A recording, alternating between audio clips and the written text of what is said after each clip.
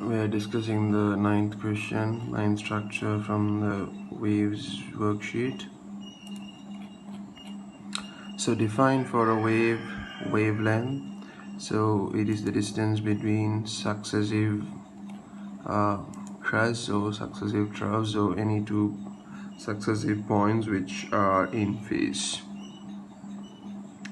So if you look the mark scheme, so there are many ways of defining wavelength. In fact, in the definition slide, we came across that wavelength has the most number of definite ways of defining it. Minimum distance between 2 points moving in phase, distance between neighboring or consecutive crests or peaks or troughs. Now this is the last way of defining it is quite different from the other waves. It is the distance moved by a wavefront in time t or 1 period. Okay, so definitions. Then you are asked to define frequency. So it's the number of vibrations or oscillations per unit time, or number of wavefronts. Now if you go to the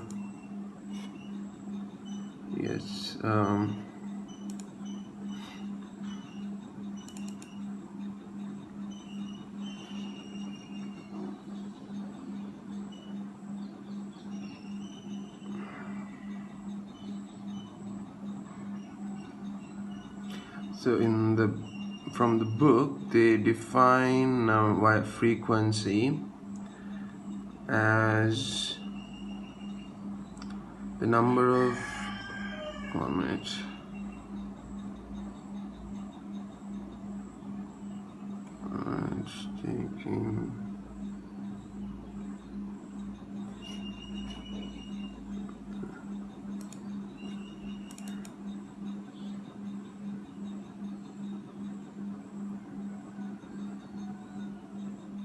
it's taking some while, but like if you're going to use the order book, and there they are defining frequency as the first, before that you can see the wavelength is defined in this PowerPoint I gave you. So it is the shortest distance between two peaks, or the shortest distance between two troughs. It is the shortest distance between points which are vibrating in phase with each other. It is the distance moved by the wavefront during one oscillation of the source of the waves. So fundamentally there are three ways of defining it. Frequency is the number of vibrations or wave cycles produced per unit time. If you are using the order book, you might come across the definition that it is the number of complete vibrations or complete oscillation.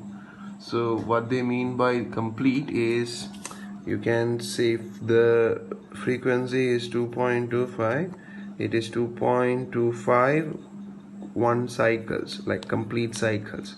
Or you can, so this 0.25 of one complete cycle. So this just the vibration, they are like iterating it as complete vibrations, so don't be confused about that. And yes, so coming back here, use your definitions to deduce the relationship between lambda, frequency and speed. It's directly from the theory, not much to discuss. So basically speed is distance over distance divided by time. The distance moved by the wave in a time period which is equal to its period is lambda. So, and in a time of capital T, the time period, the wave moves a distance lambda. That's the last way of defining wavelength, right? So wavelength is the distance moved by the wavefront and a time t. So lambda over t is equal to f lambda, because 1 over t is equal to f. Okay, then plane waves on the surface of water are represented by figure 5.1 at one particular instant of time. So we have some plane waves. The waves have frequency 2.5 Hertz. Determine for the waves the amplitude. So you can see here that the distance from the height from the trough to the crust is 8 millimeter. So the equilibrium position should lie somewhere here, which means that the amplitude is half of 8 millimeter, that is, yes, 4 millimeter.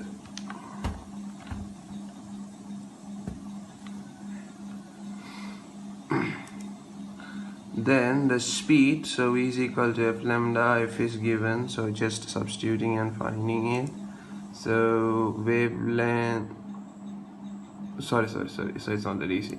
Okay, so V is equal to F lambda, so I thought this one is the wavelength, sorry. So the frequency is given, now we need to calculate the wavelength. Now we know that in a distance of 18 centimeters, just follow the cursor, there is one wave. Okay, it starts here, it moves, one, follow the cursor, 2, 3,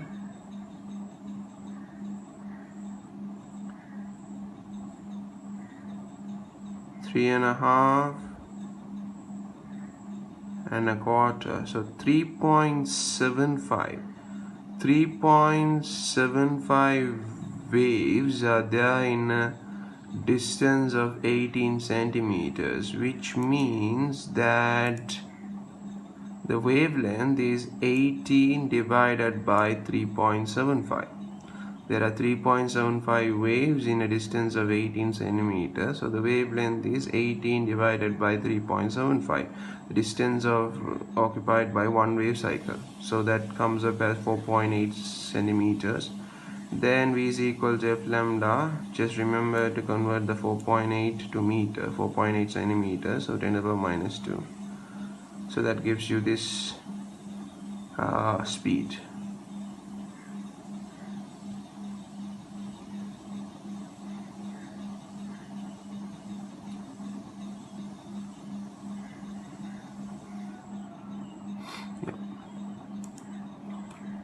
Now it is not ideal that, since the unit is given as meters per second, it's ideal that you give it in meters per second, though here they are allowing the answer to be given in centimeters per second if cm is used for lambda and unit changed on answer line.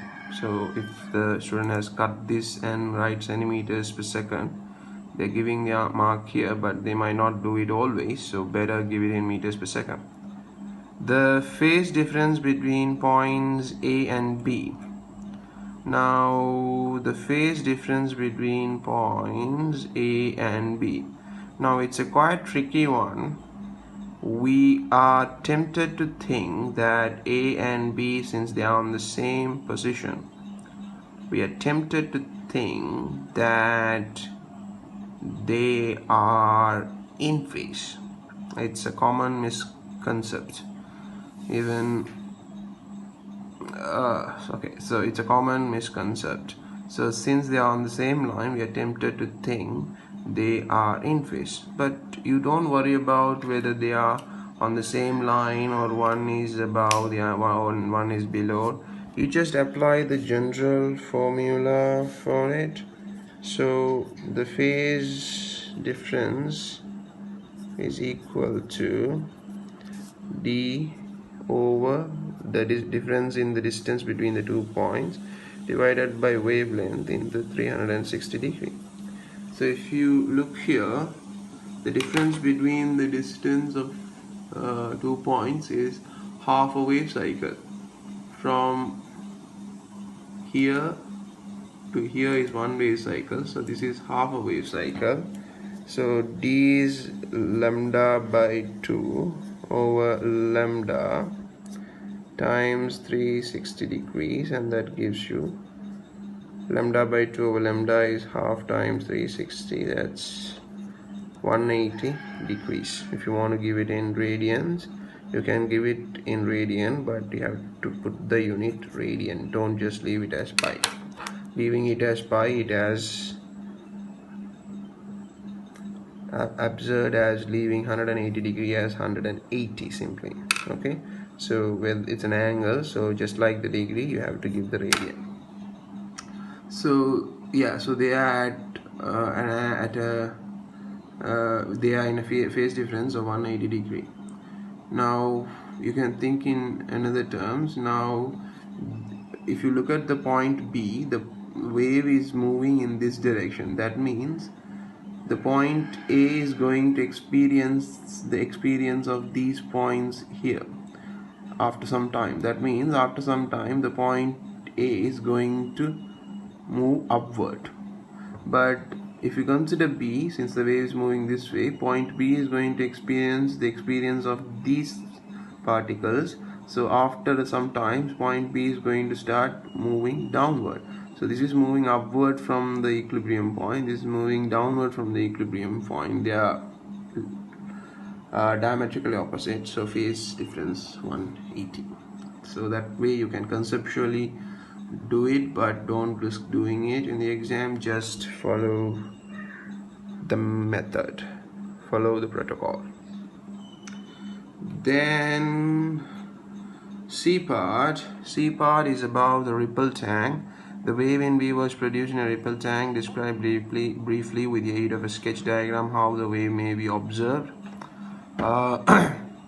So ripple tank, you were supposed to do it as a practical after the CRO thing, and unfortunately we are closed. So once the school reopens, you would do it, but for the time being I will try to find a video and put it up for you. So that's the end of discussion of question number 9.